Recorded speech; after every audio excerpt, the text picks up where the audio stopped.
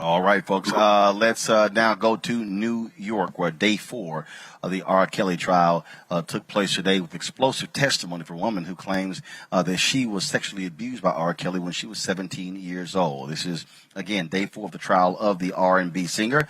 And like last week, testimony have been nothing short of shocking. One of Kelly's former girlfriends, Azriel Clary, testified the singer knowingly passed on a sexually transmitted disease to her, adding the artist promised fame in exchange for sexual favors. However, Kelly's lawyers have labeled the accusers groupies who want to take advantage of his fame and fortune. Now, Kelly is found guilty. He will be sentenced to life in prison. Joining me now to discuss this is Orenique Odelier, a co-founder of hashtag Meet R. Kelly. Hope I pronounced that correct.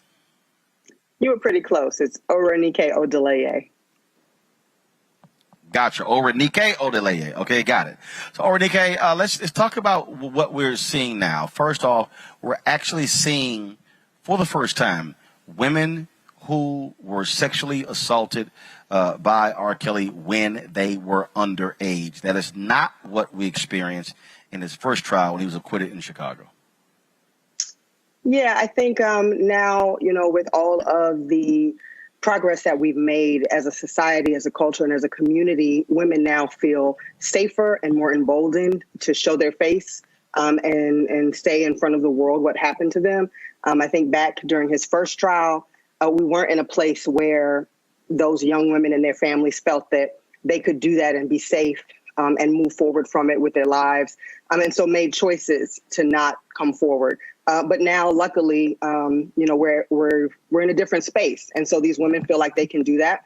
And we're super proud and supportive of them because it's really important that they do. This doesn't stop unless we have a space for women to stand up and say what happened to them and speak their truth and be heard and be listened to and their claims be taken seriously.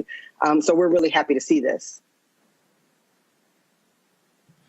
This is just one trial. He also is facing prosecutors in 2 other states as well. It is clear that federal prosecutors are clearly looking at R. Kelly and want to make sure that he does not have another free day in this society.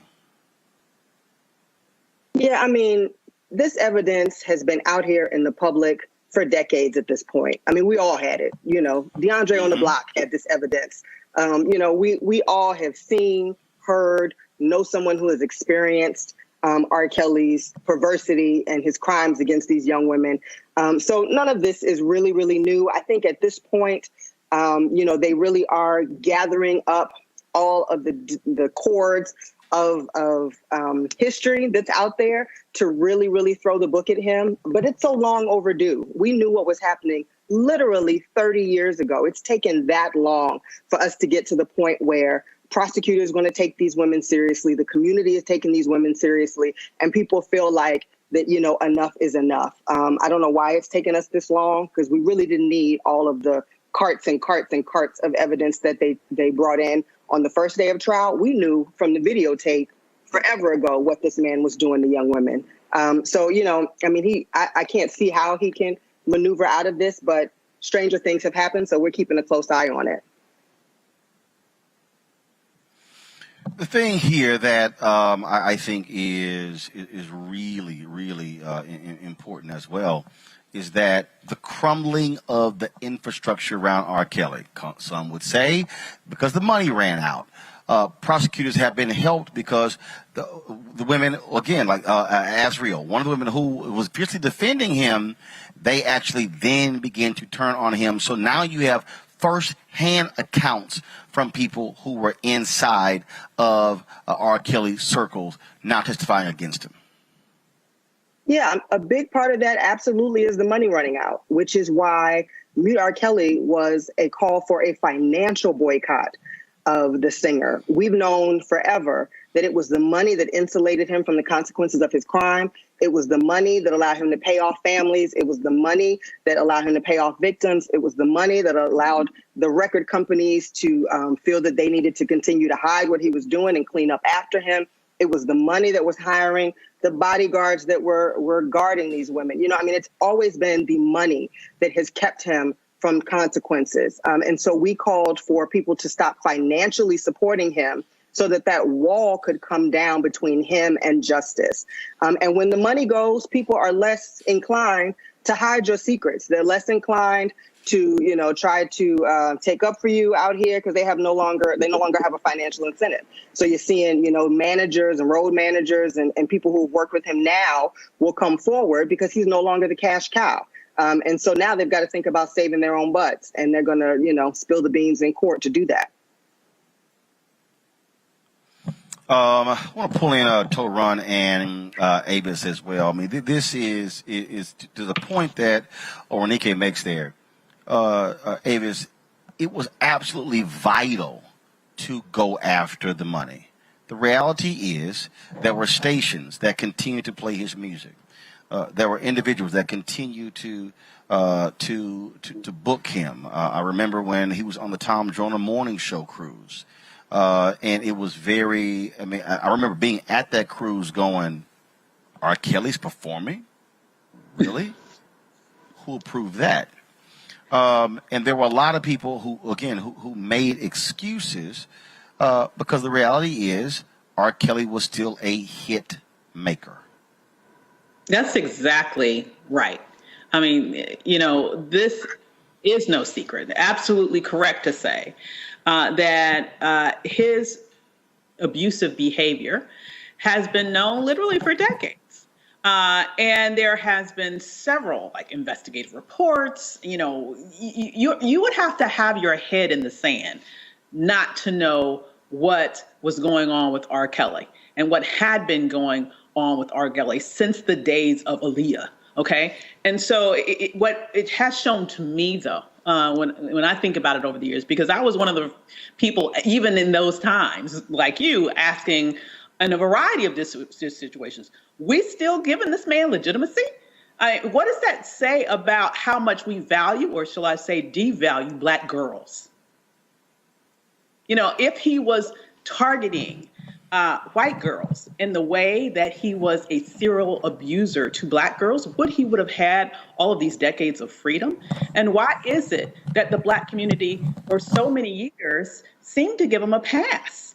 Because they kind of like the music that he was coming out with. It is both the money, but it's also, for some reason, a community response that still seem to, on the one hand, still reward him by still going to his concerts, by still buying his music, by still sort of shaking their butts to his latest hit, and at the same time making excuses, as well as victim blaming the young women that he himself were targeting, going to schools, getting girls leaving school. Come on now. We've known this for decades. So I would just have to say, it is about time that the chickens came home to roost. Yes, I agree that the money needed to be cut off in order for people to come out of the woodworks who had been protecting him in the past because they knew that they were getting some money on the back end. But it's unfortunate that the money had to be come off for people to finally live up to some sense of morality. Tehran, it was the pressure led by a number of Black women that created the critical mass to get to the point we're at with this trial in Brooklyn. Well, there's a saying that people's morality only goes as far as their pocketbook, and I think it's a wonderful thing that what you're seeing with the situation with R. Kelly's finally coming to pass, and you're starting to see some things come to fruition. But something I want to point out is that even though what R. Kelly's accused of and these crimes are disgusting, he's just one example of something that's very prevalent in entertainment. The entertainment business can be a very ugly place. It can be a very, very predatorial place. It can be very dangerous for women, especially Black women, and for men to a degree. But because so many people who are so guilty of a lot of these crimes are insulated, like the other two ladies said, by power structures and by record labels and by a whole infrastructure that basically shields them from any responsibility for the things they do, that it's very rare for a situation like this to get to this point. I think what happened with Harvey Weinstein kind of like opened a lot of doors, and it kind of knocked down some walls about like what you can do and how far power can go in the entertainment business if you are, like, say, a celebrity and you have people who are willing to cover for you. But we live in an age now where a lot of the things that we heard about in the 60s and 70s with like rock bands and like with punk rock bands and even country stars and this sort of thing, you didn't have the fast moving infrastructure and the fast moving social media that got these stories out into the public like you do now. So what you're seeing is immediate results, even though in this case it took decades to happen. A lot of these stories no longer are hidden behind the scenes until somebody writes a book 20 years later. So what you're seeing is a little bit more of a faster response to these things than you would in the past. But make no mistake, R. Kelly is just one example of a very prevalent thing that happens in entertainment. And there's people in the industry who are doing the exact same things. Most likely, they're just not known just yet. Orenike, final comment, please. I would absolutely agree. The entertainment industry is rife with these type of problems. And I think that we always have to remember, at the end of the day, we have more power than the structures that we are supporting. Like, these structures only exist because we put our money into them. And record companies can't exist without our streams, without our sales, without us going to concerts. And so I think that even if they don't have a financial incentive to do the right thing and to impose some level of morality on their artists, we have a responsibility to do that. We have a responsibility to call them out. We have a responsibility to say we're not going to support these artists and we're not going to support your label if you are funding abusers, rapists, murderers, all the kinds of things that the record companies are willing to overlook for profit. We have to step up and say we're not going to stand for it. I think part of the victory of R. Kelly getting to this point is that it took all of us standing up to all these structures of power and saying, no, actually, we have the power. And we have decided enough is enough. And I think we have to continue to do that so that they know the minute they see these type of issues, they got to start pulling some coattails and not let this be a 10, 15, 20, 30-year problem that just goes on and on forever. It's something that they nip in the bud from the jump. I think we have to remember always that we are the ones with the power, and we can say that we're not going to stand for it. All right. Well, Renee, we appreciate it. Thanks so much for all your great work. Thanks a lot. Thank you. Folks, back to our Roland Mark Unfiltered video in just one moment.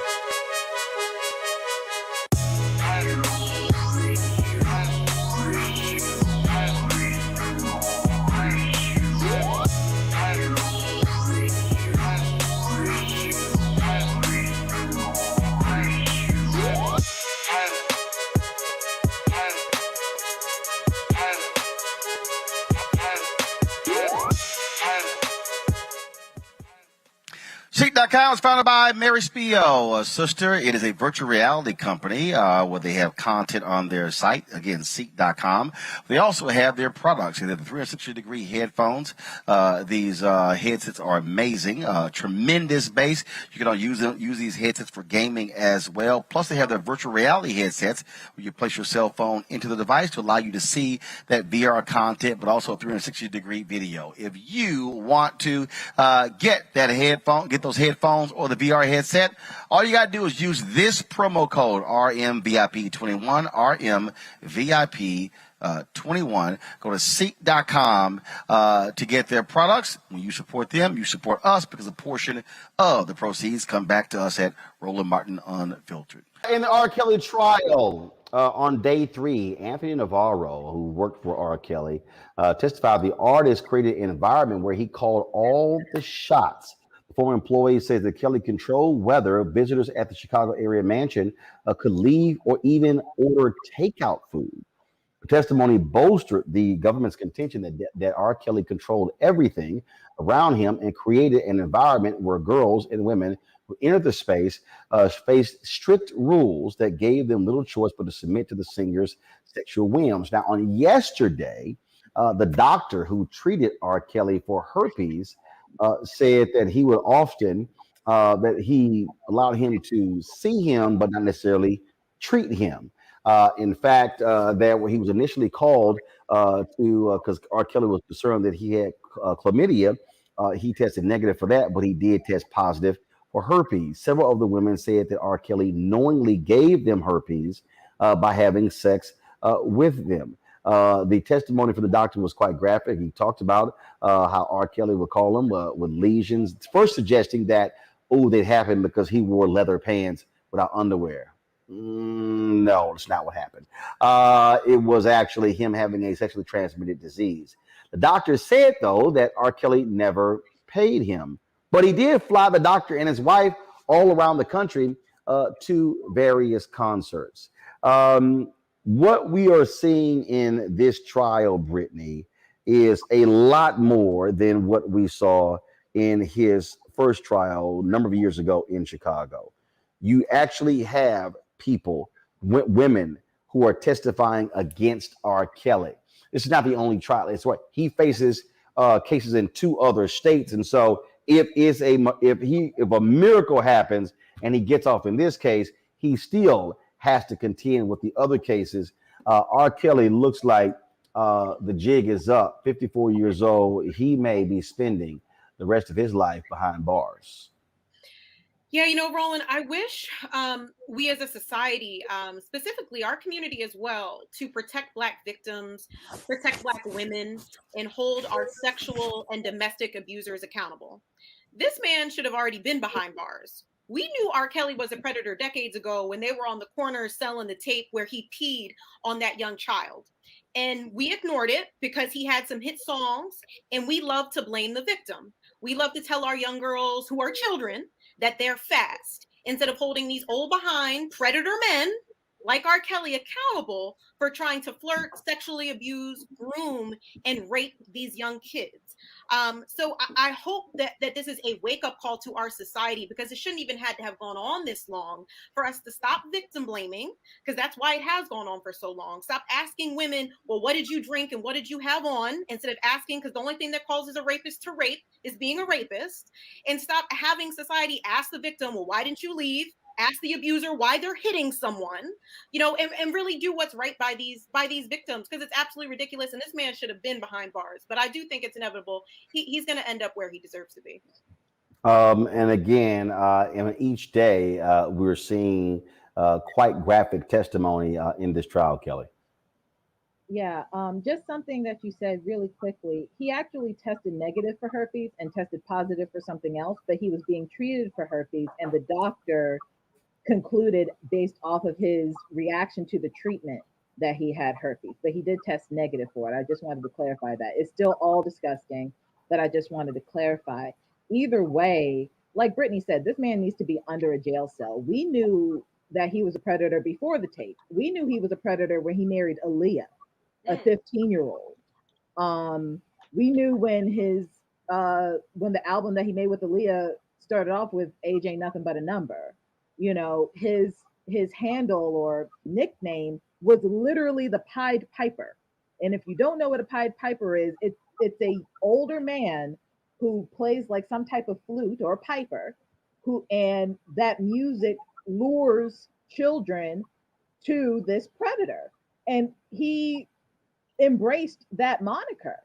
We've known for a very long time that R. Kelly is gross. We've known for a very long time that R. Kelly is a child abuser. But the fact that there are still supporters of R. Kelly right now supporting him through this trial is absolutely disgusting to me. And the only question I have for them are, like, how do you hate yourself this much?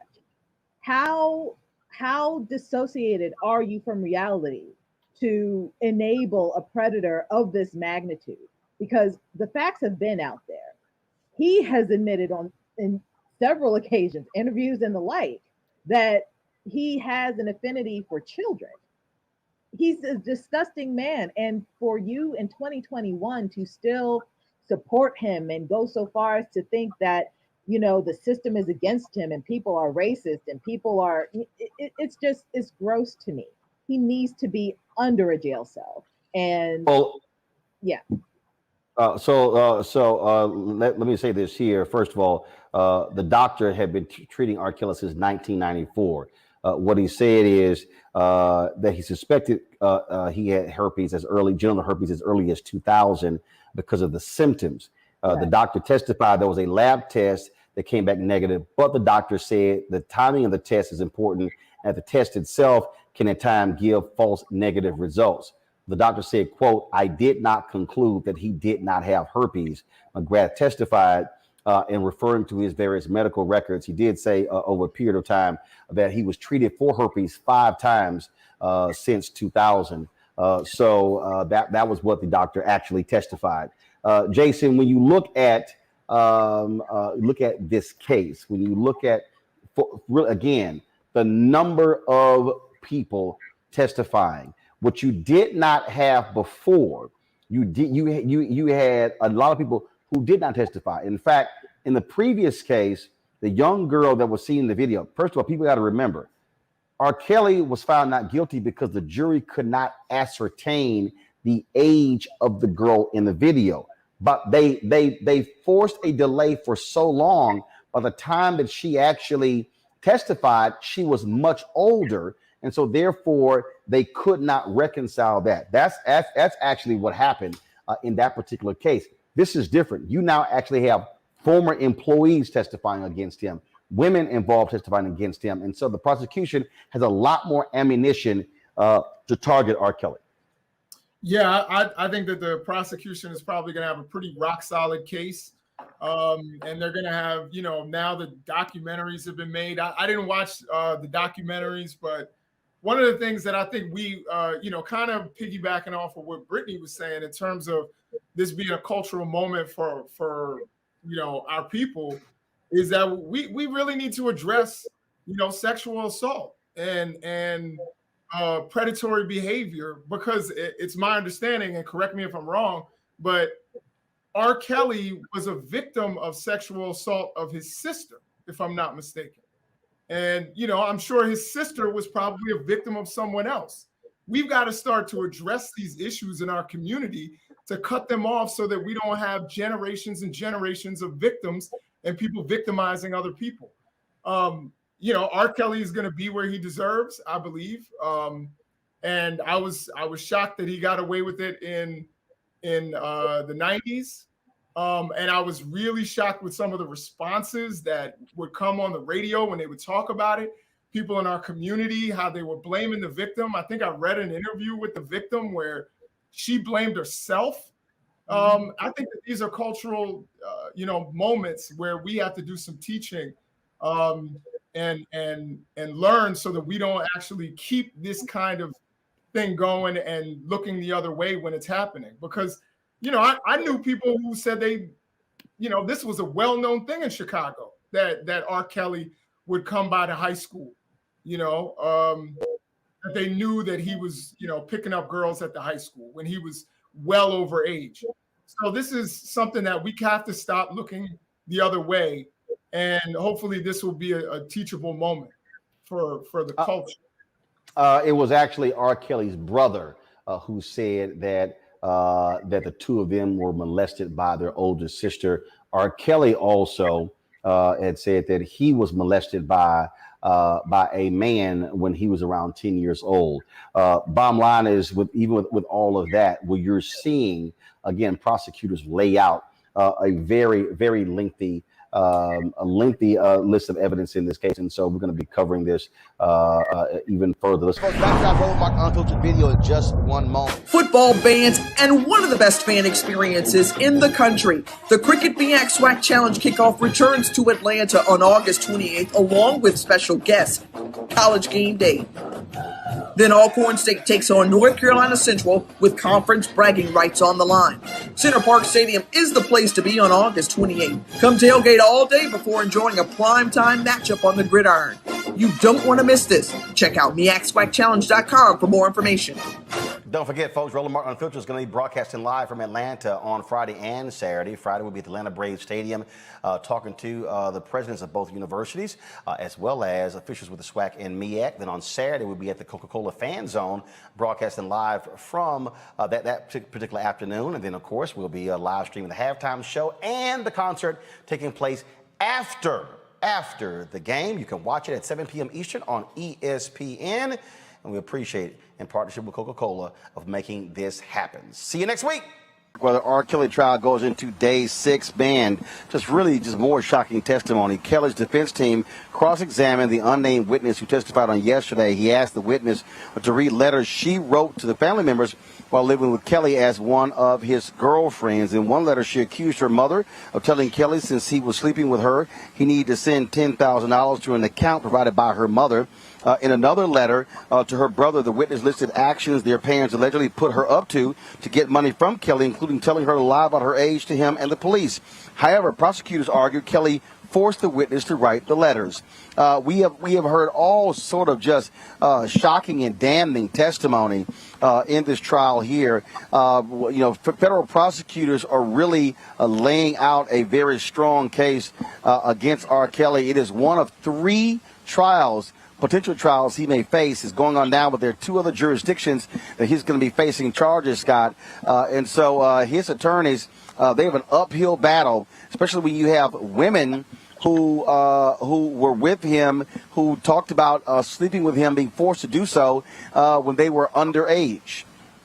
Yeah, and while they lied to him about them being underage, while they lied about that, and while they told other public lies, the government explained that away through these witnesses by saying that they were forced to lie because of their fear of R. Kelly. Now, the defense lawyer has been cross-examining these witnesses. He's got to be careful now because he's got a charge whereby he had sex with these women and passed on an STD to them, which is against the law without putting them on notice. He's transporting younger people vis-a-vis statutory rape, whether they lied to him or not, in violation of what we used to call the Mann Act across state lines, and then that he has a racketeering charge where he has a criminal enterprise whereby he invites these women with a team of other people to either incarcerate them in their home, but also to transfer them across state lines, as well as to have sex with underage girls.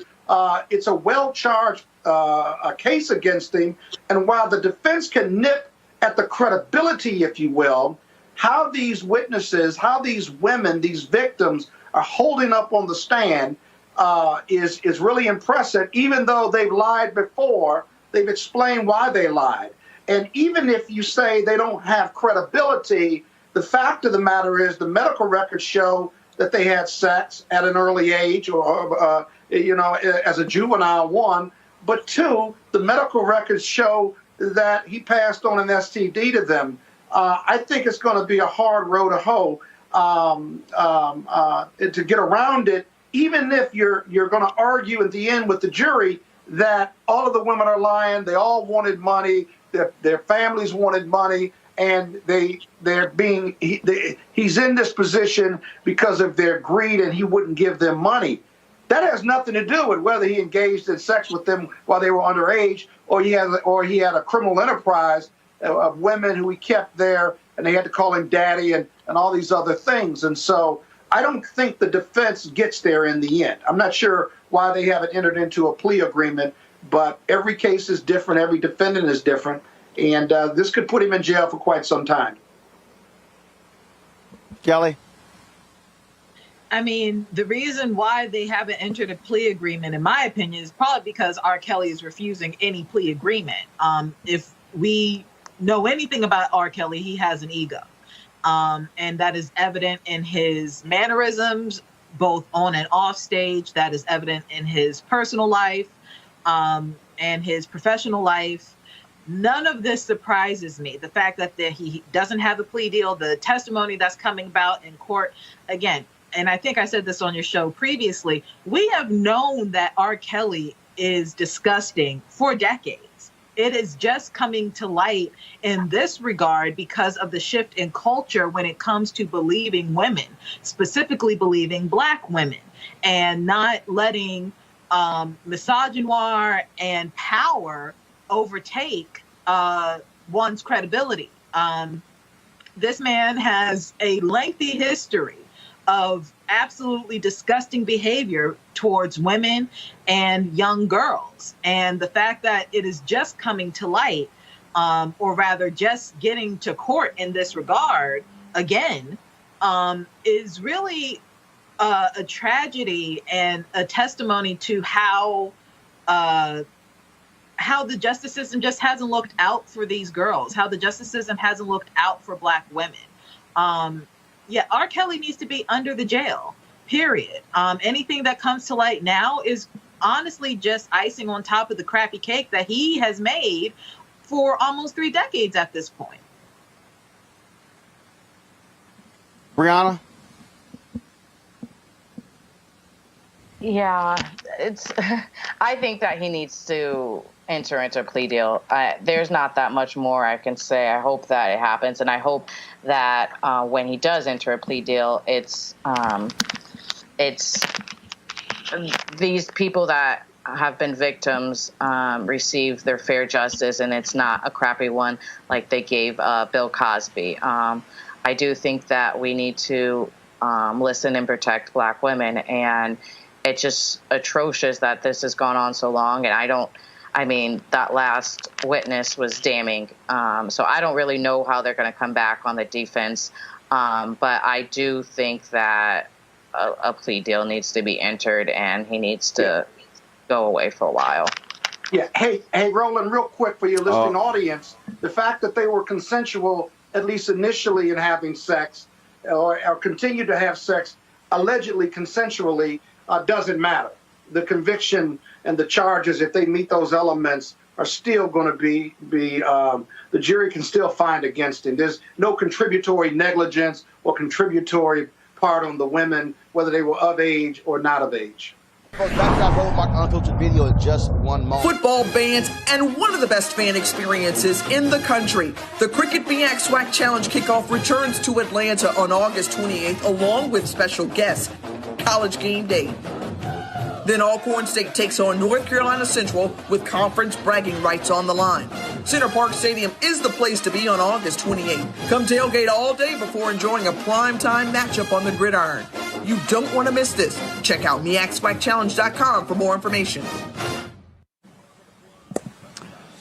And, of course, folks, join Roland Martin Unfiltered in Atlanta Friday and Saturday for the SWAC MEAC Challenge. Friday, we'll be broadcasting live from the Atlanta Braves baseball game. We'll be hearing from the commissioners of the SWAC and MEAC, plus school presidents and other great guests. On Saturday, we'll be from the Coca-Cola fan zone at the stadium where the game is taking place. We'll be broadcasting live. Some great things going on. Tigger's going to be spinning. They got some chefs out there with the Coca-Cola kitchen. We're going to have some phenomenal stuff for you. Plus, we'll be live streaming the halftime show and the concert after the game.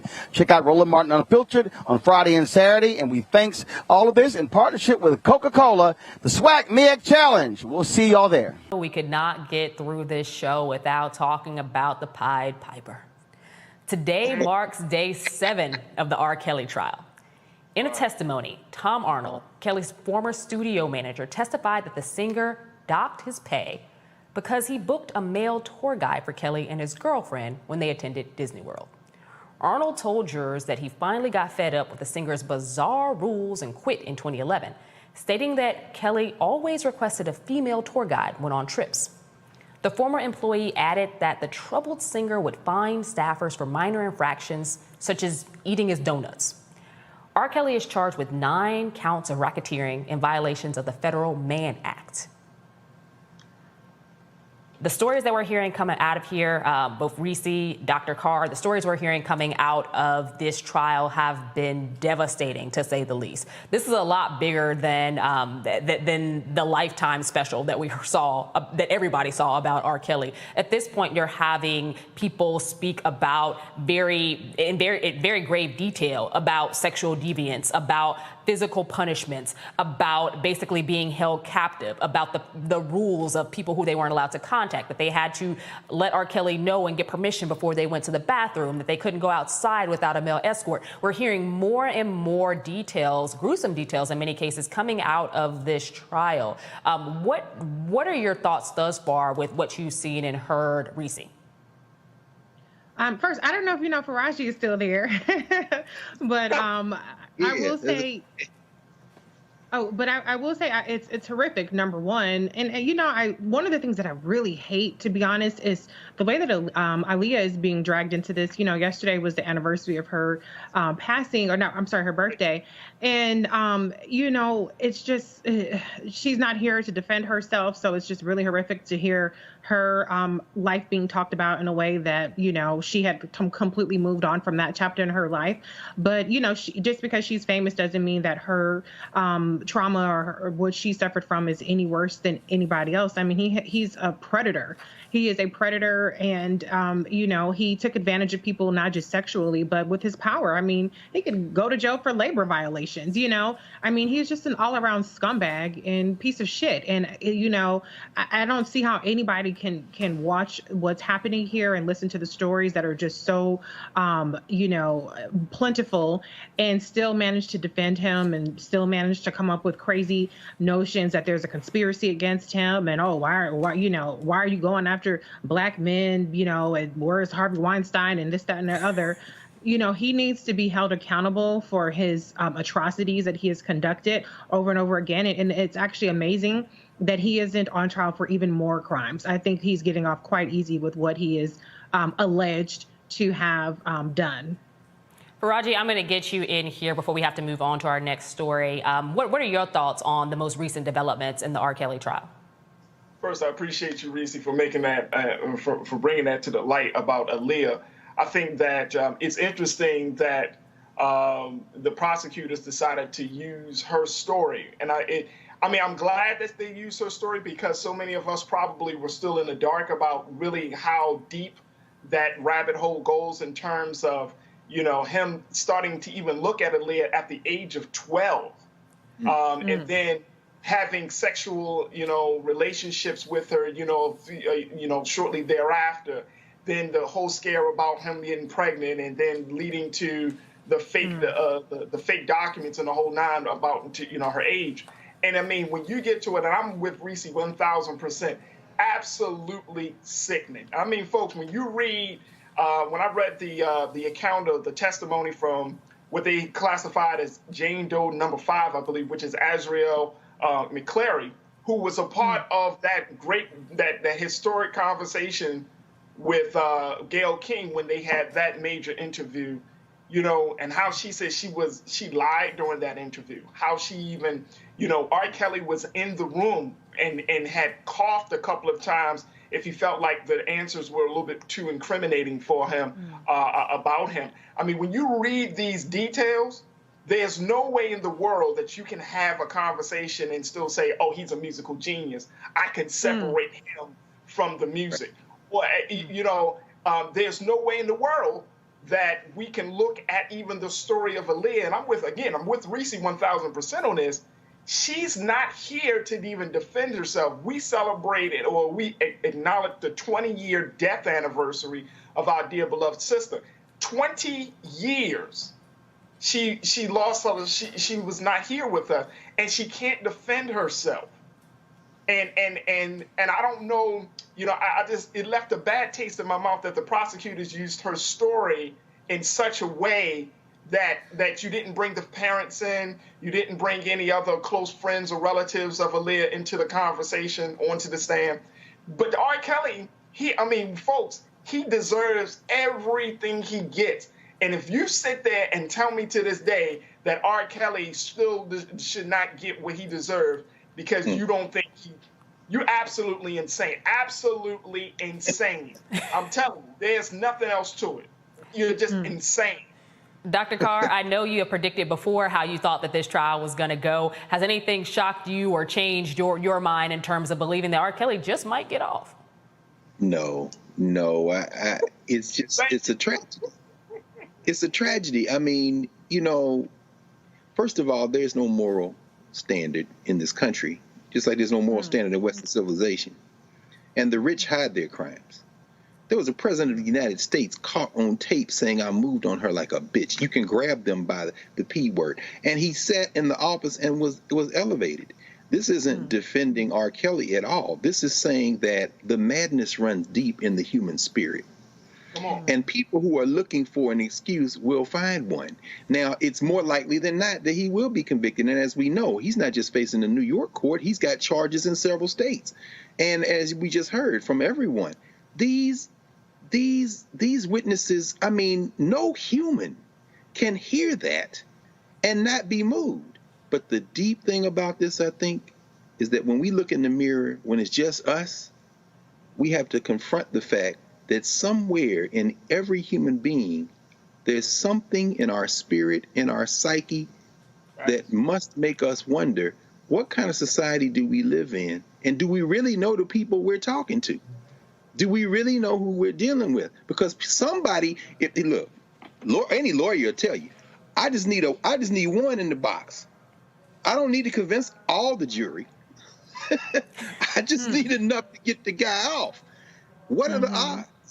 What are the odds? We just gonna have to wait and see, y'all. At least that's what I think. Hey Doc, can we also just, and Reese, I love to get your thoughts on this. People have been saying, look at the parents, that the parents are to blame, but I don't think you can blame the parents necessarily. And I get it, but I understand it's easy to quote unquote blame the parents for wanting to, your daughter to be associated with this man. But I don't know. It's hard, and I would love to get, I know that there's a lot of conversation that we should blame the parents. We should charge the parents. We should punish the parents because they put their daughters in that position. Now, Faraji, we had to ask Amisha. R. Kelly put their daughters in that position, and I think that it's very frustrating to see in any case where there is molestation, where there is rape, where there is sexual violence of any kind, parents get blamed for that, because at the end of the day, this was a grown man making adult decisions, and the adult decisions he made was to prey on middle school kids and to prey on early high school kids. This was a guy who literally parked his car outside of middle schools and waited for young girls to come out. This was a guy who went to the very well-known hangouts of teens in the city and would try to entice girls. He would buy them clothes. He would buy them shoes. He would tell them that he could make them into superstars. He could make them into Aaliyah. He made dozens upon dozens of promises to these young girls. And then, like many people who are manipulative, like many people who are abusers, he abused them. He scared them to death. He segmented them from their family and friends. And at the end of the day, they were stuck in basically a torture chamber of sorts for years. I think that the only person that we can honestly blame here and put a lot of the blame on, it lands squarely on R. Kelly. Now, if we want to look at some other people, look at the people around him who made it happen. The people who were his transport staff, the people who bought plane tickets for these young girls, the people who ensured that R. Kelly's no read and tell would be able to create fake IDs and a whole bunch of other things for these young children, because that's what happened. He didn't do this solo. He had a whole team of people who made it possible. And that's what makes it satanic. That really, I mean, that's what makes it satanic. You had grown-ass men and some women who allowed this to happen. And we know it. We hear the stories, and we see those level of enablers. And I'm going to just tell you honestly, it's 2021. If you find a consciousness in 2021 after years of this, and you finally say, I had to say something on the stand, man, get the hell out of my damn face, man. Like, you finally had a damn heart. No, they finally tried to not get massive charges, is what they did. Right. Back to that Roland Mark Unfiltered video in just 1 moment. Football bans and one of the best fan experiences in the country. The Cricket BX SWAC Challenge kickoff returns to Atlanta on August 28th, along with special guests, College Game Day. Then Alcorn State takes on North Carolina Central with conference bragging rights on the line. Center Park Stadium is the place to be on August 28th. Come tailgate all day before enjoying a primetime matchup on the gridiron. You don't want to miss this. Check out MEACSWACChallenge.com for more information. And of course, folks, join Roland Martin Unfiltered in Atlanta Friday and Saturday for the SWAC MEAC Challenge. Friday, we'll be broadcasting live from the Atlanta Braves baseball game. We'll be hearing from the commissioners of the SWAC and MEAC, plus school presidents and other great guests. On Saturday, we'll be from the Coca-Cola fan zone at the stadium where the game is taking place. We'll be broadcasting live. Some great things going on. Tigger's going to be spinning. They got some chefs out there with the Coca-Cola kitchen. We're going to have some phenomenal stuff for you. Plus, we'll be live streaming the halftime show and the concert after the game. Check out Roland Martin Unfiltered on Friday and Saturday. And we thanks all of this in partnership with Coca-Cola, the SWAC MEAC Challenge. We'll see y'all there. All right, folks, day 12 of the R. Kelly trial, and a woman identified as Kate testified. She dated R. Kelly, and he paid her $200,000 to settle a lawsuit she brought accusing him of giving her herpes. She told jurors when they began having sex, she told him that she was worried about STDs, but he refused to use protection. On yesterday, federal prosecutors called DNA experts to take the stand. The expert, Yang Fei Wu, testified that he found semen on a blue shirt that one of the R&B star's accusers said she saved. Earlier in the trial, Geronda Pace recalled her last day at Kelly's home, saying he spit on her, slapped her, and choked her until she passed out after he flew into a rage because she texted a friend. Let's go to my panel, Terrain Bailey, attorney, Michael Imhotep, host, the African History Network, Brittany Lee Lewis, political analyst. So, Attorney Bailey, how you doing? We'll start with you. You are defense attorney. As you look at this trial, you've seen how the prosecution is laying this out. Do you believe that they are moving closer to proving the charges, or does things like this testimony saying he gave her herpes, how does that actually relate to what he is charged with? The testimony about R. Kelly not listening to the woman saying she wanted to use a condom goes to the issue of consent, which is the whole issue in this case regarding trafficking and the abuse of women, that he's not listening to women and that he is abusing them. So in many states, giving someone a sexually transmitted disease is grounds for a felony charge. So here, the prosecution is doing its job and laying the groundwork for a conviction here. What's interesting is how the defense attorneys are handling this information.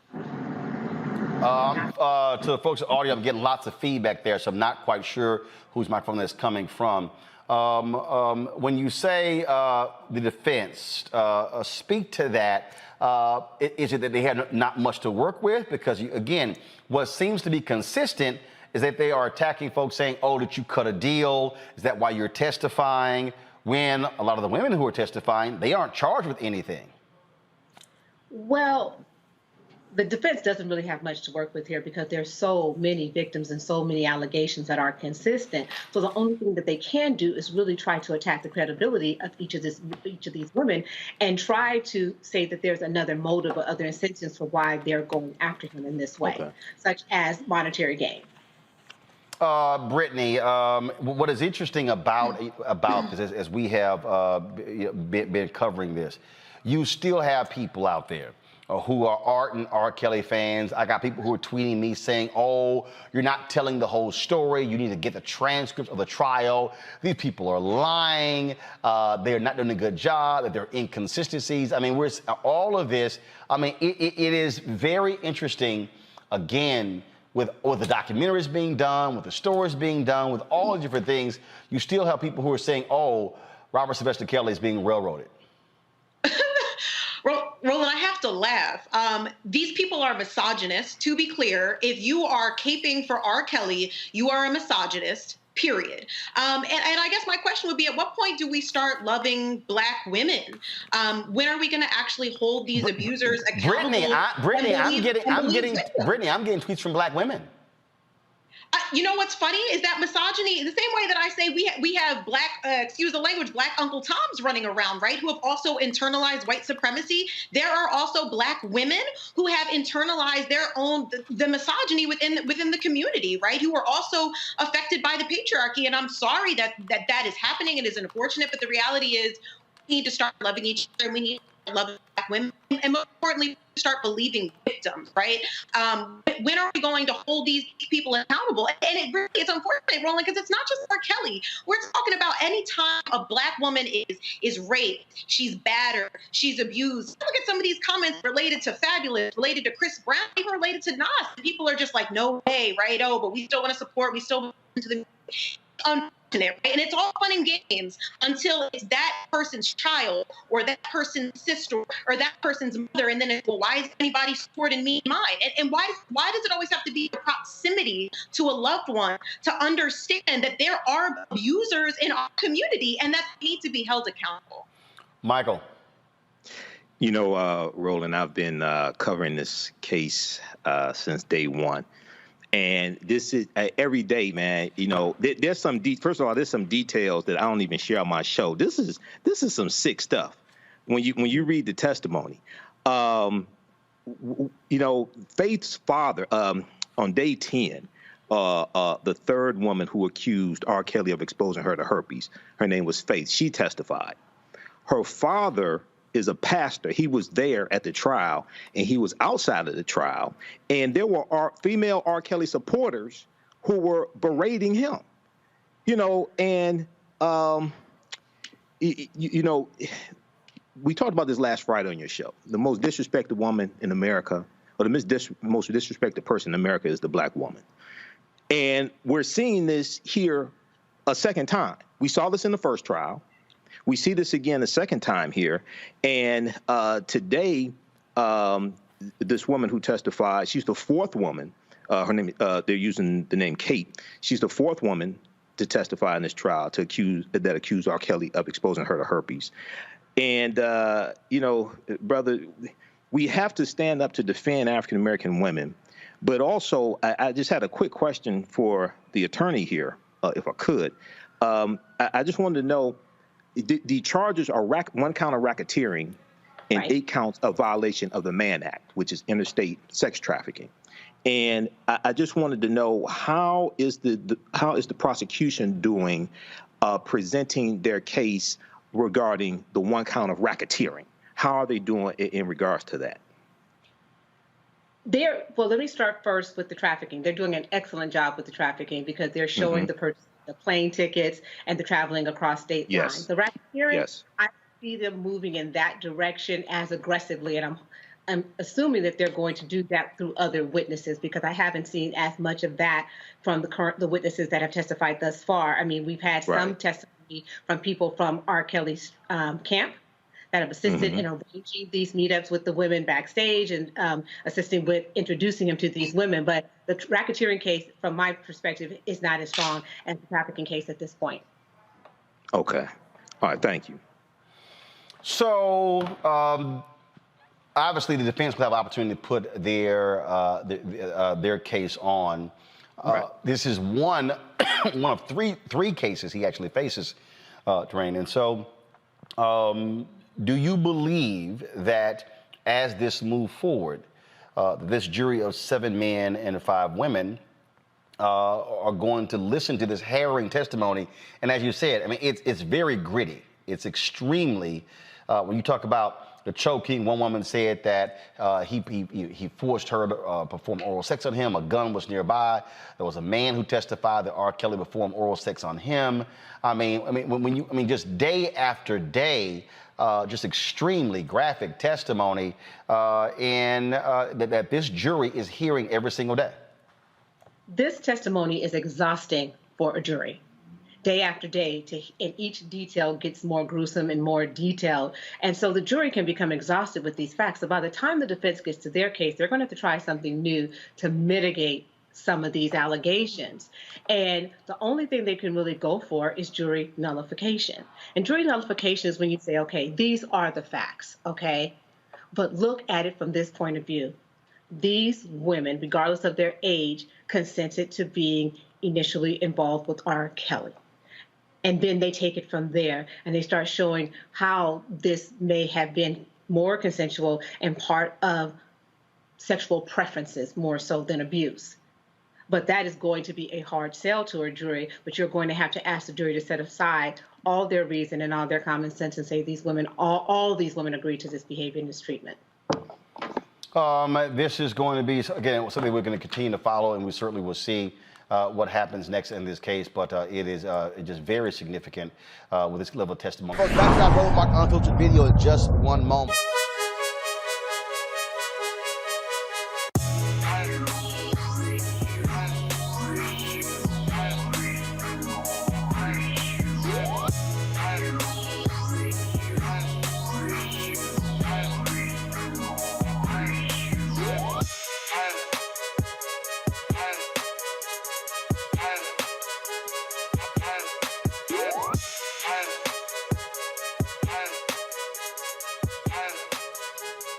All right, folks, Ceek.com is a black-owned virtual reality company founded by Mary Spio. That's right, VR is all the rage. The ability for you to be able to actually be immersed in the space to feel what's going on. Imagine being at a concert and you're watching the concert, but you're actually in the seat in the concert. And so you can able to see that great videos and all kinds of different things on Ceek.com. Using their VR headset, you simply just drop your phone right into here. And again, you're able to then immerse yourself in the experience right there. Also, of course, they have these great headphones right here, the 360-degree headphones. You can use this for gaming. It's Bluetooth. You can talk on them as well. The bass is tremendous. I love jamming these when I'm on airplanes. Folks, you can get these by going to Ceek.com using the promo code RMVIP21, RMVIP21, where you can get these. And when you purchase one or both of these, a portion of the proceeds comes back to us here at Roland Martin Unfiltered. You know, we support black-owned businesses, and it's the black-owned businesses giving back to us as well. So go to Ceek.com, CEEK.com, to get these items. If you can identify with R. Kelly personally, then you're a motherfucking degenerate. Point blank period. And maybe your ass need to be up under the jail right along with R. Kelly. Okay? So let's, instead of talking about protecting the legacy and the black man who was sitting up there allegedly until proven guilty, I guess, raping and terrorizing and kidnapping and abusing women, men, children, families.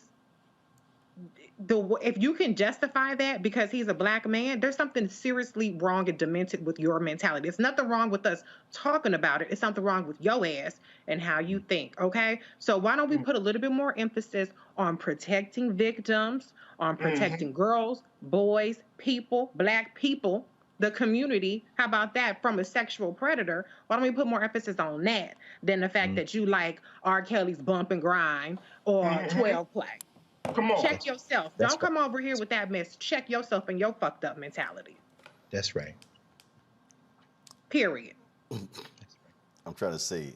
There was at least one MF, at least 4 Fs. Sorry, not sorry. Because I'm like, we're not going to normalize that kind of comment. Oh, you are absolutely. literally trying to check us for talking about testimony in the court of law under the threat of perjury or of criminal penalties, and you're trying to check us because we're talking about what this man, this degenerate, this pedophile, this sexual serial predator allegedly is doing? Check yourself. Don't come over here with that. Check yourself. Look in the mirror, and we need to be find out who the hell your ass is around. If you think that what he's done is something that's redeemable, that should be protected, that should be shielded, what the hell is wrong with you? There's something wrong with you, not us, and not the Roland Martin Unfiltered show. That's right. That's right. Hey, Roland, it's okay. Reese got to say that in the words of Miss Lauryn Hill. I add a motherfucker so you ignorant Negroes hear me. In other words, you can't. That's the only way we can communicate. I'm sorry. You know, intellectually it didn't work. It didn't register with intellectual. So let me throw one of those up, and maybe you'll hear it, and you can hate tweet me, and you can fry me up in the YouTube comments, and you can say whatever the hell you want to say. But I said what I said. Fuck R. Kelly and you too. How about that? That's not unbiased. That's my opinion. Gotcha. Folks, back to our Roland Martin Unfiltered video in just one moment.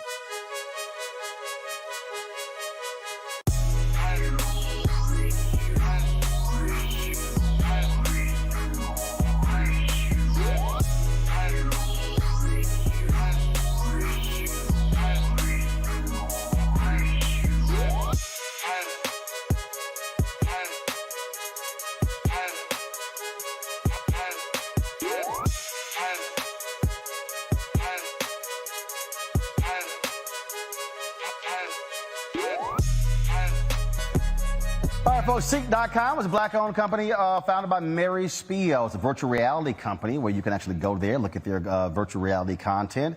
A couple of devices they actually have for sale that you might be interested in. First off, their VR headset allows for you to slide your phone right in and experience that virtual reality content on their site or watch a 360-degree video. Also, there are 360-degree headphones, tremendous bass, used for gaming, Bluetooth, phone calls, you name it. Folks, you can get these two at Ceek.com using this promo code RMVIP21, RMVIP21. You buy one or the other, or even both, a portion of the proceeds come back to us here at Roland Martin Unfiltered. And so we want you to check out Ceek.com and give it a try. All right, folks, the R. Kelly trial resumed today after a 3-day recess. A woman identified as Sonia testified that R. Kelly raped her after promising her an interview with the artist. The victim claims Kelly held her captive for more than 3 days in his studio when she was 21 years old. Sonia was the 8th accuser to take the stand against R. Kelly during the trial. Other accounts have often included physical and sexual abuse details, and 5 of the people testified that they were underage during their first sexual encounters with Kelly. I had somebody who tweeted me today, Faraji, who was not particularly happy with our panel calling out R. Kelly last week. And they felt that they literally put up free R. Kelly and that we should not, and the brother literally said we should not be attacking another black man. And I'm sitting there going, are you not paying attention to what in the hell has actually been said? Come on. Come on. Yeah, it literally happened. I mean, first and foremost, any joker who says that R. Kelly should be free, I mean, we should cancel them. I mean, when you go to that situation and when you look at what that young lady Sonia said, who's a 39-year-old woman, and what she said R. Kelly did to her at 21 years old. And if we understand the impact that sexual abuse has on anybody, but particularly on women, you would not be so quick to call that man a genius of any sort. Of any sort. You would not be so quick to say, oh, we beating up on a black man. What I'm concerned with is that this case, as gruesome, as graphic, as disturbing as this case has been, that it won't push the needle far enough to remove our love for the pimp culture and the exploitation of women in music and media. That's what I'm concerned with. That it's easy to cancel one man, but can we cancel a behavior? Can we cancel a whole mindset that hate women and that use of women, that abuse women? And so when you look at this case should not just be fodder. And look, and I'm going to say it like this. Have you heard about R. Kelly case since it started? Other than this platform, I'm going to keep it real. I mean, unless you go online, you search it, you read it, you follow it.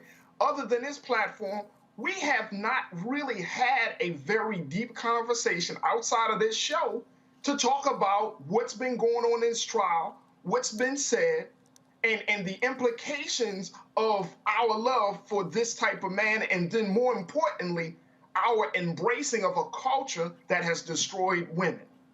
And so this case is so big, and it's so important for us to have these conversations. And I truly appreciate you, Brother Roland, for constantly keeping us abreast about it, because we're not talking about it. We're talking about surviving R. Kelly, and then that conversation died down. But when you listen to the stories from the people that work with him, about the rules, to the victims themselves, nah. You want that joker under a damn jail cell. You would not want to listen to his music. You damn sure wouldn't want to fly with him, and you would not want to have anything to do with R. Kelly, Robert Sylvester Kelly. Trust and believe. Greg, of course, it is innocent until proven guilty, but frankly, people can still weigh in on what they're hearing, and what we are hearing is shocking, devastating, sick, and demented. It is, Ron. I mean, of course. I mean, who could say it isn't? But what we have with the R. Kelly case, and it's now 13 years since he was first brought to trial on the same allegations, similar allegations, a lot less detail, of course, than now. What we really have is a car crash at the intersection of culture and law. We, as people of African descent in the modern world system, certainly those of us in the Western Hemisphere, more specifically the United States, have unfortunately continued to fall victim to, and now just really occupy, a culture that allows for our own dehumanization. And the culture is in the language, the culture is in the music. And so, you know, now legally, this guy should be under the jail. Of course, that's a no-brainer. However, just like somebody reached out to you and said that, the hope of his defense team is there's at least one person like that on the jury. And the bigger issue, let's say he goes to jail from now on, either here or in the subsequent trials that will come up after this. Let's say that happens. That's one guy. The deeper question is, what about every hip hop artist, every R&B artist, every soul artist, every cultural artist, every movie producer, every video maker who has reinforced the culture of dehumanization, not only against black women and men, but against even the very notion of blackness, and then wraps it up into, I'm just expressing myself. See, this is the problem. And then until we address that underlying problem, then the difference for me between R. Kelly and Jay-Z is just a question of, well, who did the most egregious acts and the shock of the individual incident that can send one to jail. But when I turn on the radio, quite frankly, I can't tell the difference. Reese. Well, if you were upset, then let me give you something to be mad about. If you can identify with R. Kelly personally, then you're a motherfucking degenerate. Point blank period. And maybe your ass need to be up under the jail right along with R. Kelly. Okay, so let's, instead of talking about protecting the legacy and the black man who was sitting up there allegedly until proven guilty, I guess, raping and terrorizing and kidnapping and abusing women, men, children, families. If you can justify that because he's a black man, there's something seriously wrong and demented with your mentality. It's nothing wrong with us talking about it. It's something wrong with your ass and how you think, okay? So why don't we put a little bit more emphasis on protecting victims, on protecting girls, boys, people, black people, the community? How about that, from a sexual predator? Why don't we put more emphasis on that than the fact that you like R. Kelly's Bump and Grind or 12 Play? Come on. Check yourself. Don't come over here with that mess. Check yourself and your fucked up mentality. That's right. Period. I'm trying to see. There was at least one MF, at least 4 Fs. Sorry, not sorry. Because I'm like, we're not going to normalize that kind of comment. Oh, you absolutely. are literally trying to check us for talking about testimony in the court of law under the threat of perjury or of criminal penalties, and you're trying to check us because we're talking about what this man, this degenerate, this pedophile, this sexual serial predator allegedly is doing? Check yourself. Don't come over here with that. Check yourself. Look in the mirror, and we need to be find out who the hell your ass is around. If you think that what he's done is something that's redeemable, that should be protected, that should be shielded, what the hell is wrong with you? There's something wrong with you, not us, and not the Roland Martin Unfiltered show. That's right. That's right. Hey, Roland, it's okay. Reese got to say that. In the words of Miss Lauryn Hill, I add a motherfucker so you ignorant Negroes hear me. In other words, you can't. That's the only way we can communicate. I'm sorry. You know, Intellectually, it didn't work. It didn't register with intellectual. So let me throw one of those up, and maybe you'll hear it, and you can hate tweet me, and you can fry me up in the YouTube comments, and you can say whatever the hell you want to say. But I said what I said. Fuck R. Kelly and you too. How about that? That's not unbiased. That's my opinion. Gotcha. Folks, back to our Roland Martin Unfiltered video in just one moment.